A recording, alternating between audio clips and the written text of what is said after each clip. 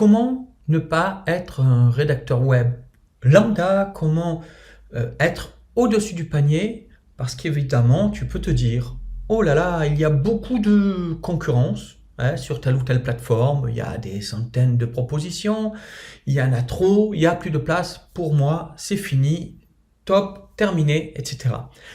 Premièrement, je ne vais pas m'étendre là-dessus parce que j'en ai déjà fait pas mal de contenu, mais avant de saturer le marché, il va en falloir, étant donné qu'il y a des millions d'entreprises qui ont besoin de contenu pour le web. Étant donné que même sur une plateforme où tu te dis on est des centaines, eh bien, il y a des milliers de clients potentiels qui y viennent et qui recherchent de bons rédacteurs web. Et même sur ces plateformes, si tu fouilles un petit peu et que tu regardes un petit peu plus loin que les quelques dizaines de premiers confrères que tu peux avoir, et qui ne peuvent pas prendre toutes les demandes qu'il peut y avoir de la part de clients qui recherchent de bons rédacteurs web. Si tu descends plus bas dans la liste, eh bien, tu vas voir que dans certains descriptifs, dans certaines présentations, eh bien, ça ne fait pas forcément toujours envie. C'est pas forcément dénué de fautes, ce qui est rédhibitoire, tu en conviendras, d'être rédacteur web et de présenter un service avec plusieurs fautes d'orthographe, de grammaire, etc. dans le descriptif du service. Et quand je te parle plusieurs, c'est justement, c'est pas une petite faute isolée, il y a des services où tu trouves plusieurs fautes et du coup, moi je suis client, je vois ce service, j'ai pas envie de commander. Et puis, au-delà de ça, alors si tu n'es pas rédacteur web, je ne peux pas trop rentrer dans le détail pour te donner les pistes précises, tu ne vas pas comprendre ce que je veux dire, mais il y a des techniques, des moyens d'être un bon rédacteur web, c'est-à-dire qu'il ne s'agit pas, comme le font beaucoup, d'aligner des mots. Il ne s'agit pas de faire du remplissage, d'accord?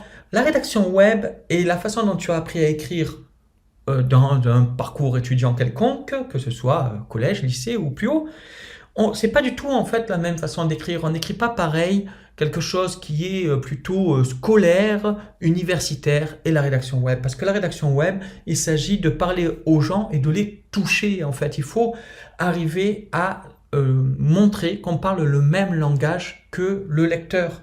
Donc il faut comprendre le lecteur, comprendre ce qu'il est venu chercher, ce qu'on appelle l'intention utilisateur, ou que pour plus de clarté, souvent j'appelle ça le questionnement utilisateur, pour savoir quelle question a posé l'internaute pour arriver sur le site en question, comment Google l'a mené sur le site, et ainsi répondre à ce questionnement, mais savoir non seulement parler le même langage que lui, être clair, être facile à comprendre, être intéressant à lire. Et puis, les meilleurs rédacteurs web ne se contentent pas de donner des informations, même pas seulement de s'adapter au niveau de langage ou au style de langage ou à l'habitude de langage de celui qui va lire, mais aussi savent créer des émotions. Et les émotions dans la rédaction web, c'est très important et beaucoup de rédacteurs web, même professionnels, n'en tiennent pas assez compte. Pourtant, dès qu'on passe à un niveau un peu plus haut, qu'on devient concepteur-rédacteur, là, c'est-à-dire qu'on copywriter, qu'on écrit pour obtenir une action de la part du lecteur, là, ça commence à prendre tout son sens et on se rend compte qu'en réalité, dès la lecture, dès le simple article d'information, comprendre les émotions que l'on veut faire ressentir à son lecteur. Et certaines émotions sont logiques. Par exemple, en rédaction web, beaucoup de rédacteurs web vont comprendre qu'il faut rassurer le lecteur.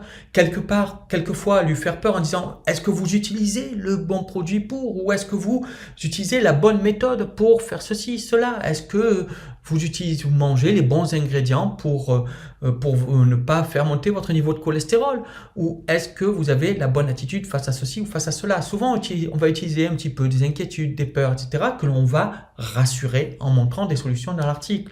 Et tout ça, c'est des détails que je suis en train de te dire. Je ne vais pas rentrer dans le profond. Il y a des dizaines d'ingrédients en fait que je répartis personnellement à travers 5 éléments qui sont remplis d'ingrédients et qui permettent de toucher ton lecteur. Par exemple, quelque chose qui est très utilisé en rédaction web, qui est très important de savoir bien utiliser, c'est des statistiques sourcées, c'est-à-dire que quand tu vas dire 68% des des entreprises font ceci ou cela, eh bien, il faut que tu mettes des chiffres exacts et que tu mettes la source de ces chiffres.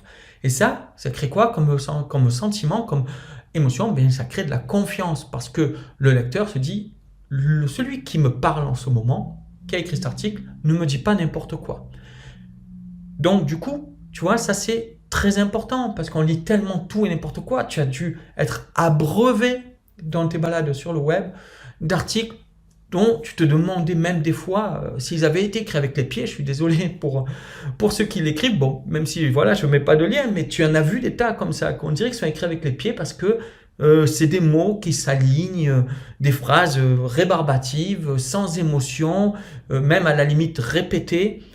Et on pourrait même des fois se demander si justement c'est pas un robot ou justement quelqu'un qui maîtrise pas forcément bien le français qui l'a écrit. Et ça, tu en as des tonnes. Je suis sûr que tu as trouvé des tonnes d'articles comme ça. Donc dès le moment où toi, tu apprends à faire mieux, à utiliser des émotions, à faire des articles de qualité, agréables à lire, faciles à comprendre, et que tu sais justement quels éléments, quels ingrédients tu dois mettre pour obtenir des articles qui vont au-dessus du panier, c'est beaucoup plus facile. Tu comprends bien que déjà, toi, dans ton descriptif de service, quand tu vas proposer ton service, le lecteur qui est un client, donc l'entrepreneur qui cherche un rédacteur web, ben, il va voir que ton descriptif, il suit ces règles-là et qu'il est intéressant à lire parce que tu as compris la cible, tu as compris l'entrepreneur qui veut te lire et ce qu'il veut lire. Voilà, qui veut savoir que tu as bien compris son problème, que tu réponds bien à son problème et tu lui dis pourquoi tu es la bonne personne pour répondre à son problème. Tu lui montres à travers ton descriptif lui-même que tu es la bonne personne parce que c'est pas comme si tu faisais par un écrit la promotion d'un service graphique.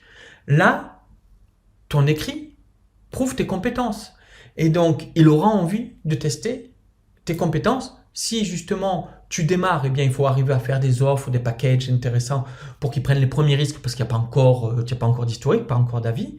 Mais dès le moment où tu montres à travers ton descriptif que tu es au-dessus de la moyenne, eh bien, c'est évidemment beaucoup plus facile d'avoir des commandes, d'avoir des premières commandes et d'arriver à convaincre. Et dans ce que tu vas livrer, dès le moment où tu apportes quelque chose de plus, que tu as compris le lecteur, que tu sais distiller des émotions, que tu sais distiller de l'intérêt, dès l'introduction, que tu sais accrocher le lecteur, qu'il n'a pas envie de repartir de suite, eh bien, forcément, tu apportes de la valeur ajoutée à ton entreprise cliente.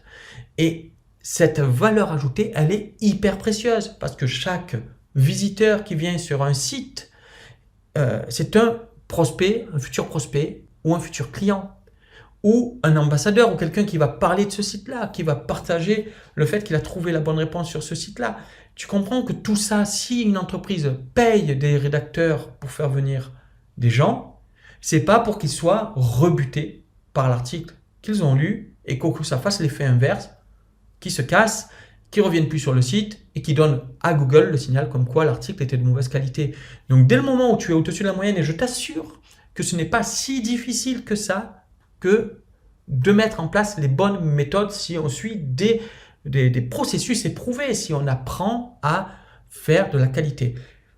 Moi, ce que je te propose, si le métier de rédacteur web t'intéresse, je te l'ai dit à travers d'autres vidéos déjà, ça ne te coûte rien du tout. Si tu suis le lien que je te mets en commentaire de cette vidéo, dessus, dessous ou sur le côté, tout dépend où tu regardes la vidéo, tu peux accéder gratuitement à la masterclass dans laquelle je te présente, eh bien justement, par exemple, des éléments pour ne pas être un rédacteur web lambda, pour écrire des articles de meilleure qualité. Je t'en parle dans cette masterclass absolument gratuite et à laquelle tu peux t'inscrire juste en rentrant ton prénom, ton adresse email, tu accèdes à la masterclass.